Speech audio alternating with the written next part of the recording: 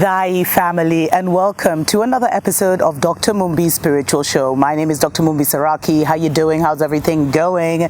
I really do pray, family, that you are well in all your ways and that you're moving into living life very much, family, in your own rhythm, in your own terms, in your own story. And I really do pray, family, for each and every one of you, that you are now finally ready to let it all go, to let all the brokenness of the past, all those stories which coulda, shoulda, woulda, all those stories of how this person did that to you, that person did that to you, all those stories, family, that have kept us down and held us back for so long. We finally even have a galactic opportunity, family. Like I've been saying, the book of life has been closing, that previous book of life has closed, and a lot of us have resurrected or been born again into a new character, into a new personality, into literally a new being. Like if you look at yourself in the mirror, some of us do not look how we looked even 3 years ago, even 5 years ago. There's been such a transformation within us. And one of the biggest signs of that is how we have physically transformed. A lot of us have more energy, we're healthier, we're happier, but it has taken so much work. If we are on the same page, family, and you are in 5D reality, a lot of you guys tell me, hey, from the new earth. So if you are really in the new earth, then you know that you have let go of so much. And that's what the new earth is, family. It's a new sophisticated reality, a sophisticated mental world that we are manifesting together. But those are stories for other days. You know, we do have the 5-5 portal. I don't know if you'll see this on the day, before the day, or after the day. But whenever you see it, you can tap and then get, you can connect to this energy and use it to work in your life. Friday, the 5th of May is the 555 portal, family. There's been so many portals that have been happening.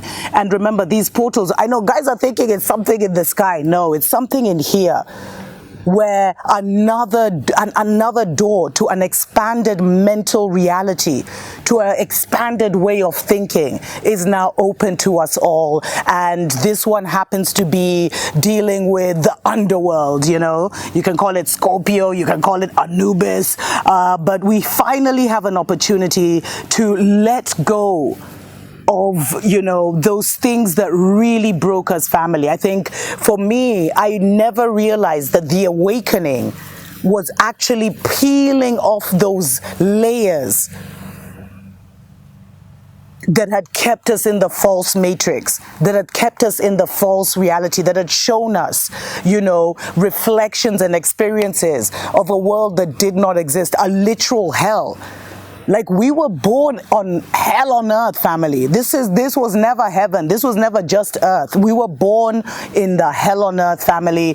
And all those layers that weren't us is what we had to do, It was never about looking for anything on the outside of us. It was all about reaching the true purity and essence and reality and, heaven within us, so that we could now bring in a higher mental reality, a higher creative reality. Because you'll notice when you're in trauma, this is Lola, by the way, the neighbor's dog. When you've experienced trauma, when you've experienced heartache, when you've been disappointed on, lied to, traumatized, trauma is a big one, hurt, and all these things that we have had to deal with because we were dealing with dysfunctional demons and hell, literally. It becomes very hard to create. And a lot of us tried to create for so long, and we were continuously blocked. From day one, every dream was blocked, every dream was withdrawn. That is hell.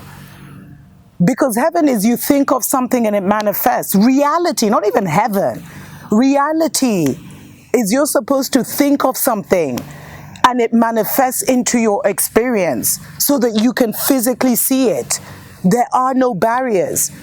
And what the Babylonians managed to do was to put us in all these illusions, to create so many illusions around us and within us. First of all, within us about who we were, what reality was. so much confusion, family. And I really feel the awakening has been releasing that confusion. That's what the awakening is. The awakening has all been mental, like realizing, hey, so you mean these people took our history, they took our gods, they took our, our messiahs, they took our yogis, they took everybody. And either whitewashed them, changed the story around so we could never know ourselves. And then made us go on this journey outside of ourselves to look for ourselves. Because if you look very closely, family, there's two types of people living right now. There's the original ones and there's the copycats. The copycats are always copying everything. They're always looking to everything. They need to observe. They need to go and look at lions and giraffes because it's new to them. It's not their reality. I feel like, it's funny because when I was meditating on this earlier, I was thinking of that story. The story in about King Solomon when he has those two mothers. Errol, when he has those two mothers. And, one of the mothers, the child dies, so they bring and then the mother claims to be the second mother claims to be the child of the living mother and everything. And one mother wants the child to be cut in half, so both of them have the child. And the real mother's like, no, it's okay, just give the child to her. I felt like that's what the original ones did, is we encountered such a psychopathic invader that instead of, destroying the world to destroy him like they do, like that's all the treatments are, from cancer to everything. It's like, let's try kill you in the hope that actually we'll kill off the negative stuff and somehow you'll survive. And I feel like us original ones made that decision we made that decision to be like, instead of burning down the world, let's just let these psychos do what they will, and look what they've done. They have literally burnt down the world, family. And now they're trying to get in through the gates into 5D reality.